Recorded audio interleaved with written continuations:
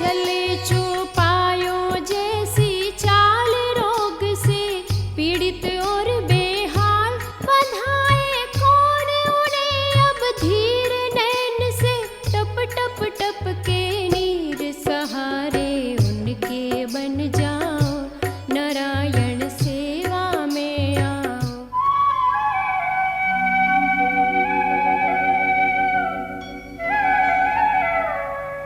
आओ रे आओ भक्तों आओ, राम राज्य फैलाए, सारी दुनिया अपने लागे, सुख दुख साथ निभाए। बोलो राम लला भगवान, बोलो बजरंगबली हनुमान। लाला बाबू, भाइयों बहनों, जिन्होंने 6 साल की उम्र में पूज्य पिताश्री पूज्य बापूजी मदन लाल जी अग्रवाल साहब की कृपा से रामचरितमानस का उत्तरकांड का जहाँ पढ़ा, देहिक देरिक भौतिक तापा, राम राज्य काहूँ नहीं व्यापा। तुतलाती वाणी में माता श्री सोनी देवी जी भाई को पूछा था, माता ये दैहिक ताप कैसे व्याप नहीं होता? बेटा तेरे को बुखार नहीं आएगा, तेरे को जुखाम नहीं होगा, तेरे को पित्त नहीं व्यापेगा, तेरे को कफ रोग नहीं व्यापेगा, तेरे को वात रोग नहीं व्यापेगा। और यही हुआ बाबू, रामलला की कृपा होती है, देह देवालय स्वस्थ रहता है। दैविक ताप, देवता कृपा करेंगे, मृदंग बजाएंगे, वरुण देवता प्रकट हो जाएंगे, अग्नि देवता कृपा कर लेंगे, मार बढ़ लगेगा। हम तो निहाल हो गए, ये राम लला में जीवन हो गया, ये राम लला में विचार हो गए, राम लला में भाव हो गए। सुना है अपने भक्तों की तुम नैया पार लगाते हो, केवट हिल्या शबरी के तुम तारणहार कहाते हो। नारायण सेवा की अर्जी हो, नारायण सेवा की अर्जी, दिव्यांग शीश झुकाए, राम लला के मंदिर में दर्शन प्यारे पाए। रोम रोम में राम बसे, स्वामी मोहिन बिसारिए, लाख लोग मिल जाए, हमसे तुमको बहुत है, तुमसे हमको नाही राम जी, से हमको नहीं। मेरे जैसे तो अरबों नर नारी है राम जी, लेकिन आप तो मेरे अकेले राम लला है, मेरे लक्ष्मण लला है, मेरे भरत लला है, मेरे शत्रुघ्न लला है, ये मेरे पूज्य गुरुदेव वशिष्ठ जी महाराज है, ये मेरे परम पूज्य दशरथ जी महाराज है, ये मेरी कौशल्या माता है, ये मेरी सुमित्रा माता है, ये मेरी केकई माता है। राम जी, हम आपके, आप हमारे। हे राम लला, ऐसी बुद्धि दो मेरा मन उजला हो जाए, जैसे शबरी जी का मन उजला हो गया। हे राम लला प्रभु, ऐसी कृपा करो, मेरा मन निषाद राज जैसा हो जावे, आपको अपना समझूं। उजला मन ये बना ले, अनित्य भावों में जाना है, सुख दुख समभावों में जीवन को अपने अब लाना है, भोग से योग की ओर है जाना, दृष्टा भाव निभा ले, राम का खुद को बना ले, अमृत से नहा ले। जब मैं माथे पर इन आपके चरण कृपा की पावरी को धारण करूं, तो लगे मेरे रोम रोम में भरत जी पधार गए, प्रेम पधार गया, करुणा पधार गई, वात्सल्य पधार गया, स्नेह पधार गया। ऐसे ही अवसर पर जहां बात भरत लला की हो रही है, मैं आपको लेता चलूं पंजाब की उस पुण्य भूमि पर जिसे भटिंडा कहते हैं और जहां पर नारायण सेवा संस्थान द्वारा आयोजित ये सेवा का सुंदर दृश्य अभी टेलीविजन स्क्रीन पर दृश्यमान है। गुरुदेव, ईमेल के माध्यम से आए हुए इस प्रश्न पर भटिंडा के ये भाई कहते हैं कि हमारे भी 2 भाई हैं। जो सबसे बड़े भाई साहब हैं, उनकी समस्या ये है कि वो बहुत ब्रांड्स को अप्रिशिएट करते हैं, पसंद करते हैं। अगर उन्हें कोई गिफ्ट भी दिया जाए ना तो तुरंत कीमत देख के बताएंगे कि कितनी कीमत का है। अगर सस्ता गिफ्ट है तो छोड़ देंगे। राम लला ब्रांड अपना लो आप। ये राम रोटी लीजिए, ये राम रायता लीजिए, ये राम खीर लीजिए, ये राम नाम के लाडू लीजिए। हाँ, राम नाम लाडू। हाँ, हे राम नाम लाडू लो गोपाल नाम जी, हरे राम नाम लाडू लो गोपाल नाम जी।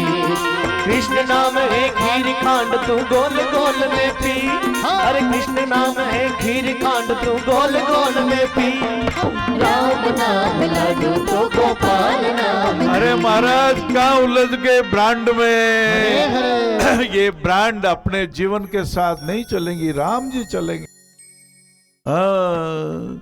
राम राम रटते रहो, जब लग घट में प्राण, कब हो दीन दयाल के, भनक पड़ेगी कान राम जी, भनक पड़ेगी कान।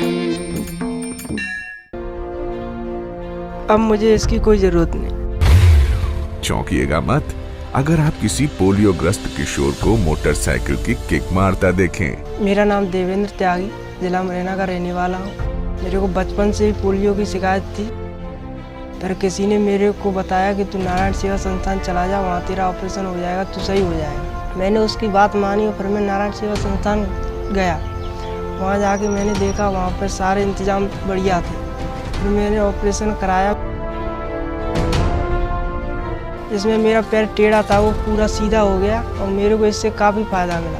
पहले मेरे को हाथ रख के और यूँ नब के चलना पड़ता, अब मैं सीधा बिना हाथ रख के भी चल सकता हूँ। संस्थान ने उसका निःशुल्क ऑपरेशन कराया और स्वरोजगार के लिए मोबाइल रिपेयरिंग का कोर्स भी। इसी के साथ साथ मेरे को संस्थान में मोबाइल प्रशिक्षण दिया गया, जिससे मैं यहाँ आके कुछ कर सकूँ। किसी भी बात का पैसा नहीं लगता और यहाँ आके मैंने मोबाइल की दुकान खोल ली है और मैं अच्छे से कर पा रहा हूँ। मोबाइल की दुकान से महीने भर में कम से कम 4-5 हज़ार रुपये कमा लेता हूँ, जिससे मेरा खर्चा चलता रहे। पर इससे पहले की कहानी दर्द भरी है। पहले तो मैं बहुत ही चल नहीं पाता था, थोड़ा बहुत भी चलता था तो मेरे पैर में दर्द होने लगता था।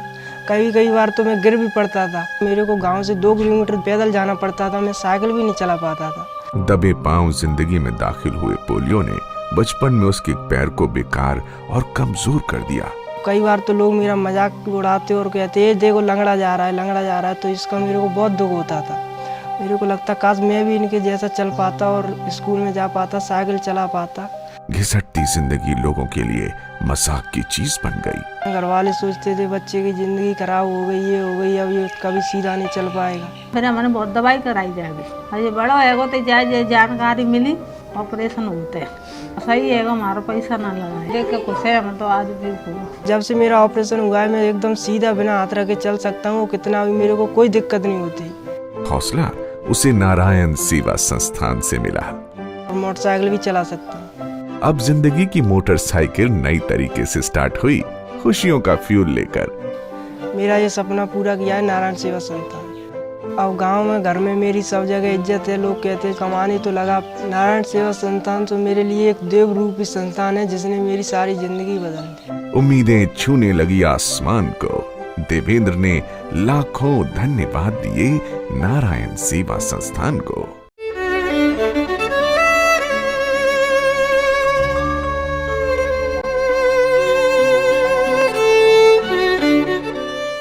हमारे माताजी कितनी कठिन परिस्थितियों में भी धीरज रखते थे। अच्छा, धीरज रखने से कई फायदे होते थे।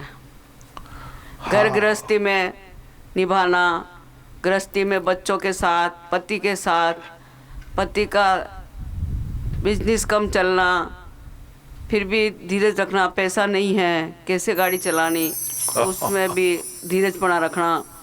और हमें हम छोटे छोटे थे तो हमें महसूस होता कि हमारी माँ उदास भले ही हुई है पर व्यवस्था करी है। हमारे पिताजी से कभी उलट के जवाब नहीं दिया, उलट के ऐसे नहीं कहा कि मैं क्या करूं अब। हाँ, पैसा भी नहीं है तो क्या करूं, रोटी भी बना नहीं है, ऐसा नहीं सोचा कि अब मैं क्या करूं। कैसे भी करके नारी में इतनी शक्ति देखी कि नारी है ना घर गृहस्थी को किस तरह चला सकती है, धीरज रख के अपने पूरे फैमिली परिवार, हम 6 बहन भाई थे, फिर भी मैंने सबसे बड़ी मैं ही थी।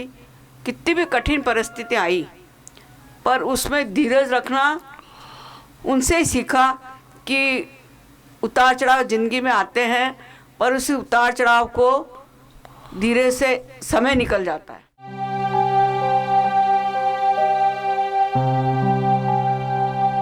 मेरे को बचपन से प्रॉब्लम थी हार्ट की और ऑपरेशन के लिए बोला था, लेकिन माँ बाप की स्थिति ऐसी नहीं थी कि वो करवा सके। शादी होने के बाद धीरे धीरे टाइम जैसे गुजरता गया मुझे बहुत ही ज़्यादा दिक्कत होने लगी। सुबह उठते ही मतलब मेरे हाथ पैर सूज जाते थे और इतनी तकलीफ होती थी कि मैं कुछ काम नहीं कर पाती थी। जब मेरी ऐसी हालत हुई तो बच्चे तो मुझे देख के ही डर जाते थे, सूजन इतनी हो जाती थी कि मेरा। इससे वाइफ तो थी दुखी, मेरे को भी बड़ा वो होना पड़ता था, काम पे नौकरी पे जा नहीं पाता था, सोच नहीं पाता था क्या करूं, कभी कपड़े धोना, कभी खाना, कभी क्या, कैसे कैसे।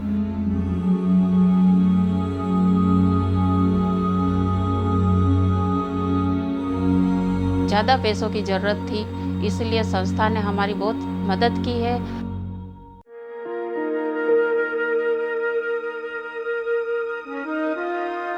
जयपुर में भी बहुत अच्छा काम हुआ और वहाँ के हॉस्पिटल मुझे बहुत अच्छा लगा कि हमारी बहुत देखभाल करी। ऑपरेशन करने के बाद धीरे धीरे 5 महीने में मैंने बहुत कवर कर लिया है और अब मैं अपने घर का काम बहुत अच्छे से करती हूँ। और मेरे हस्बैंड है जो मतलब मजदूर टाइप में है, यूँ इतनी ज़्यादा इनकम इनकी नहीं है कि हम करवा पाते, और बहुत से गरीब लोगों की वो मदद कर रहे हैं, ये सब बहुत बड़ी बात है। बहुत रात दिन का फ़र्क मानती हूँ मैं तो इस बात में कि पहले मेरी हालत क्या थी और अब क्या है। बच्चे भी बहुत खुश है कि मम्मी पहले जैसी ठीक हो गई है। ये मैं सोचता था ऑपरेशन कब होगा और कब ठीक होगी मम्मी। पहले तो सारा काम पापा करते थे तो दिक्कत तो बहुत आती थी, पर अभी ऑपरेशन के बाद से मम्मी ठीक है, सारा काम अच्छे से कर लेती है। संस्था के बारे में मैं कहना चाहूँगा कि जो कथनी है इनकी वो करनी है। संस्था की दीवारों पे जो लिखा हुआ है वो एक एक बात सोने की तरह सच है। बिल्कुल भी संभव नहीं था कि ये था। संस्था और भगवान की मेहरबानी से अच्छा टाइम आ गया हमारे और वो दिन निकल गए। बहुत बहुत धन्यवाद देती हूँ और मेरी नई ज़िंदगी की शुरुआत उन लोगों की वजह से ही हुई है। अगर उन लोगों का सहयोग नहीं हो पाता तो शायद ऑपरेशन भी नहीं हो पाता।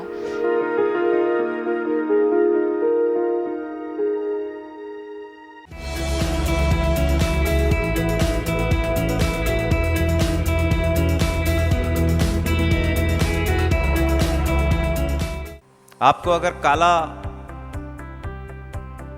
सब चीजें काली देखनी हो तो काला चश्मा पहन लो, दीवार थोड़ी काली करने की जरूरत है।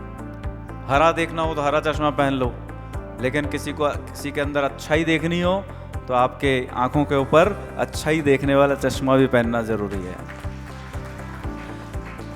हमारे नजरिए का फर्क है। एक नई नवेली दुल्हन एक परिवार में आई, पति पत्नी दोनों फर्स्ट फ्लोर पर रहते थे। कुछ समय 2-4-10 दिन बीते तो पत्नी ने पति से कहा कि पड़ोस वाले जो लोग हैं उनके छत पर कितनी ज़्यादा गंदगी है। दूसरे दिन भी वही बात कही कि देखो पड़ोस के छत पर कितनी गंदगी है, ये लोग ध्यान नहीं रखते, ये लोग ठीक तरह से साफ सफाई नहीं रखते अपनी छत की। तीसरे दिन भी, चौथे दिन भी, 5वें दिन पत्नी ने कहा आज तो इन्होंने बहुत अच्छी सफाई कर ली। बहुत अच्छी छत लग रही है। तो पतिदेव ने कहा, भाग्यवान, उनके छत में गंदगी नहीं थी। जिस विंडो से, जिस कांच से तू देख रही थी, वो कांच गंदा था, आज मैंने साफ कर दिया है, इसलिए तुझे साफ दिख रहा है। मतलब आप समझे, जिंदगी भर गालिब कुछ यूं ही करता रहा, धूल चेहरे पर थी और आईना साफ करता रहा। हाँ, धूल किस पर थी? चेहरे पर।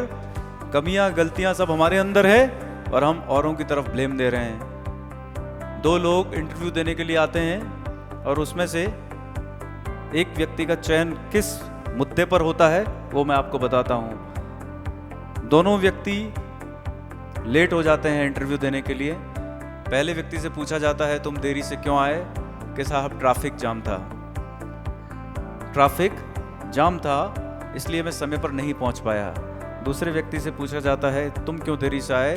कि साहब मैं क्षमा चाहता हूं, ट्रैफिक तो जाम था, लेकिन मैं यदि समय से पहले निकलता तो मैं समय पर पहुंच सकता था। इसमें ट्रैफिक जाम की समस्या नहीं, मेरे सही समय पर न निकलने की मेरी गलती है। उसने ब्लेम ट्रैफिक को नहीं दिया, उसने ब्लेम खुद को दिया और दूसरे व्यक्ति ने ब्लेम ट्रैफिक को दिया। हम दूसरे व्यक्ति की तरह काम कर रहे हैं। हर अपने असफल होने का कारण किसी और को बताते हैं, या तो वस्तु में, या व्यक्ति में, या परिस्थिति में। स्वयं पर ब्लेम लेते ही नहीं, स्वयं को ब्लेम देते ही नहीं। सब गलतियां और लोग कर रहे हैं, हम तो कमियां हमारे अंदर है ही नहीं और हम गलतियां करते ही नहीं। ये थोड़ी सी व्यवस्था सुधारनी पड़ी। किसी को ब्लेम देने की जरूरत नहीं। सुखी रहने वाले लोग किसी को ब्लेम नहीं देते, गलती करने पर क्षमा फील करते हैं, कोई किंतु परंतु नहीं करते वो लोग। और दुखी रहने वाले लोग कोई भी गलती को स्वयं को श्रेय नहीं देते। हमें चीजें थोड़ी थोड़ी हम समझ जाएं तो हम अपने में बदलाव करना शुरू कर देंगे।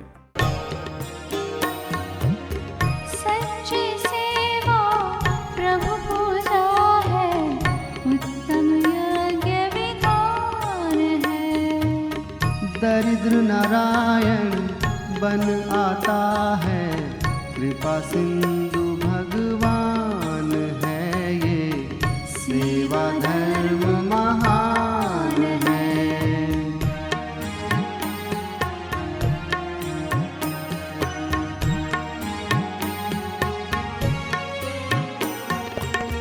कुछ भाई है पिछड़े पीड़ित, यह किसका अपराध है? सदियों से वे रहे उपेक्षित, किसकी भूल प्रमाद है? युग युग के घावों को धोकर, युग युग के घावों को धोकर, मरहम हमें लगाना है।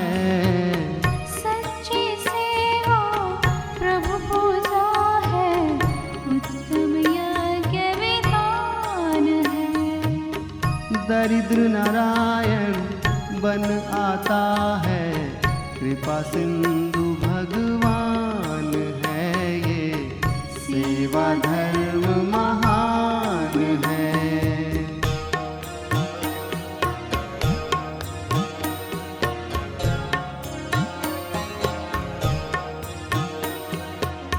जो बालक विकलांग है, टेढ़े मेढ़े पाँव है, उनकी पीड़ा अपनी पीड़ा, अपना सब भाव है।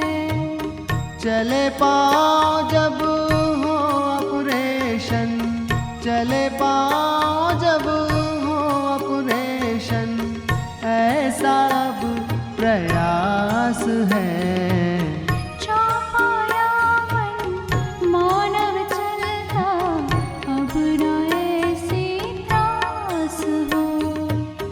दरिद्र नारायण बन आता है, कृपा सिंधु भगवान है ये, सेवा धर्म